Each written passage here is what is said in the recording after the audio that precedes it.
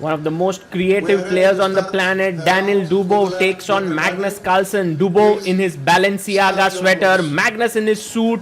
The games have begun, the clocks have started, but Magnus removes his jacket, adjusts his chair, also puts all the pieces on their right place before he begins. This is Magnus's way of getting into the zone. He plays 1 c4, the English opening. Dubov is slightly surprised, goes knight f6.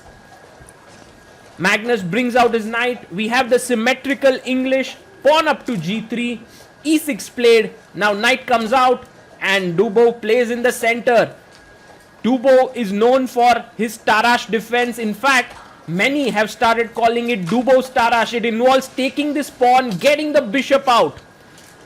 And Magnus is well prepared because he knows that Dubov has played this before.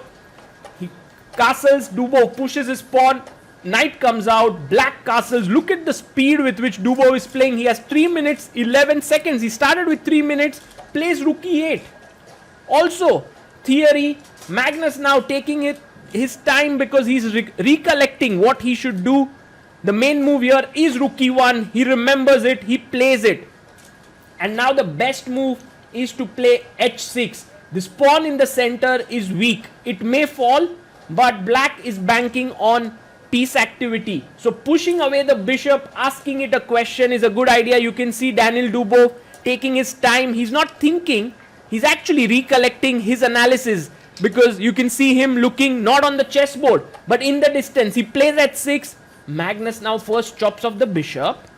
You had to take it back because the rook was hanging. Now once again the rook is attacked, so pawn takes, bishop now takes the knight, mass exchanges, queen takes pawn, and Dubov goes back. If you take here, the rook takes, the rook is active here, the bishop is coming out, it is compensation. So once again Magnus plays the best move and queen c3. Dubov pushes his pawn, rook comes in and attacks the queen. Now the queen has to move away, but again Dubov taking a bit of his time, plays queen e7. Excellent chess. This pawn is hanging, so the knight comes back and defends, and look at that move. Daniil Dubov with just 15 seconds taken is pushing his pawn here, wants to open it up. The bishop will come on the long diagonal. This is actually looking quite great compensation for black. Black has 5 pawns against white's 6 pawns. Also time wise, Magnus is 30 seconds down on time. Magnus plays his pawn up to a3, saying to Dubov that I'm a pawn up. Dubov says, I don't care, I'm coming at your king. Now Magnus under big pressure, because imagine that if this pawn takes, the h file opens up, then the queen could enter here, and that is problem. Also the rook can swing over this side. This is just tremendous. But Magnus has to keep his calm. He has to figure out what are the ways in which he can activate his pieces. His extra pawn is not making itself felt right now. Now the knight comes out to d3. A normal move here is to put the bishop on this long diagonal. That seems very logical, but Dubov comes rook a4 with a rook lift, and Magnus drinks water here. Look at him. He has 1 minute less, but I think he's calming himself down. He's saying to himself, there is pressure, but let's be cool. Let's not overreact. The rook is very well placed. It in fact stops the knight coming to f4. Oh, but Magnus plays it. Magnus plays his knight to f4, and Dubov is thinking, can I just sacrifice the rook for the knight? Can he do that? But actually after takes here, the queen opens up on the third rank, and it's not a good sacrifice. So right now it's not time enough to take it, but you can first develop your bishop. I think that would make a lot of sense. Dubov now starting to take time, which is very logical. He puts his bishop on the long diagonal. Magnus must be careful. A move which is not played with great thought can lead him into trouble. A very good move now is rook d3, because with this move the rook comes to the third rank. It can also switch here, and also at some point can come to e3 to exchange off a few pieces. So it's a tough move to make, but Magnus has to find it. He has 1 minute on the clock. He needs to speed up a bit. 50 seconds left for him.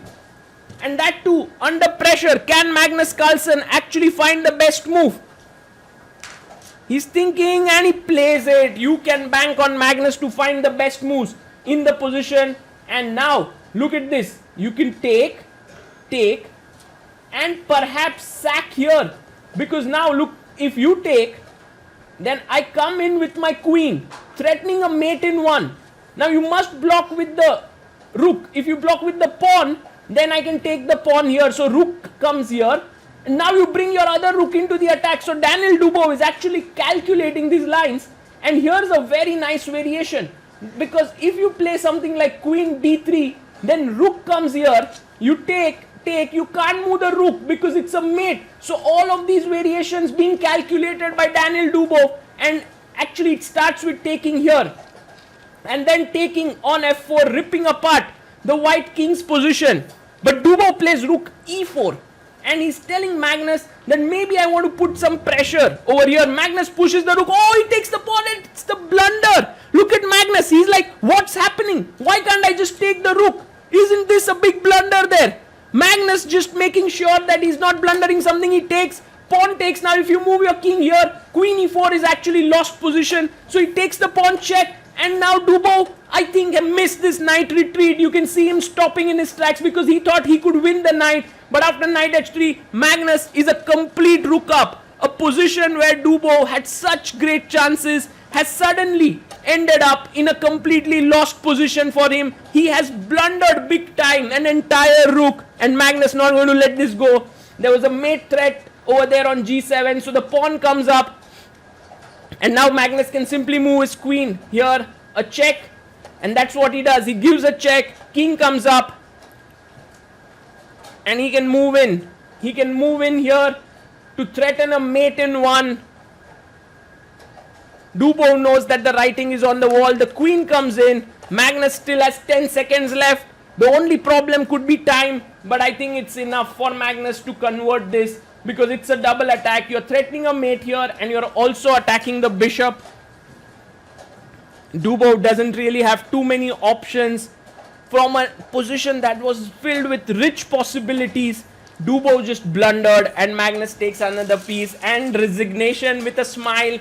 After all, they are good friends of each other. And there Magnus is saying, you could have taken my knight with the rook.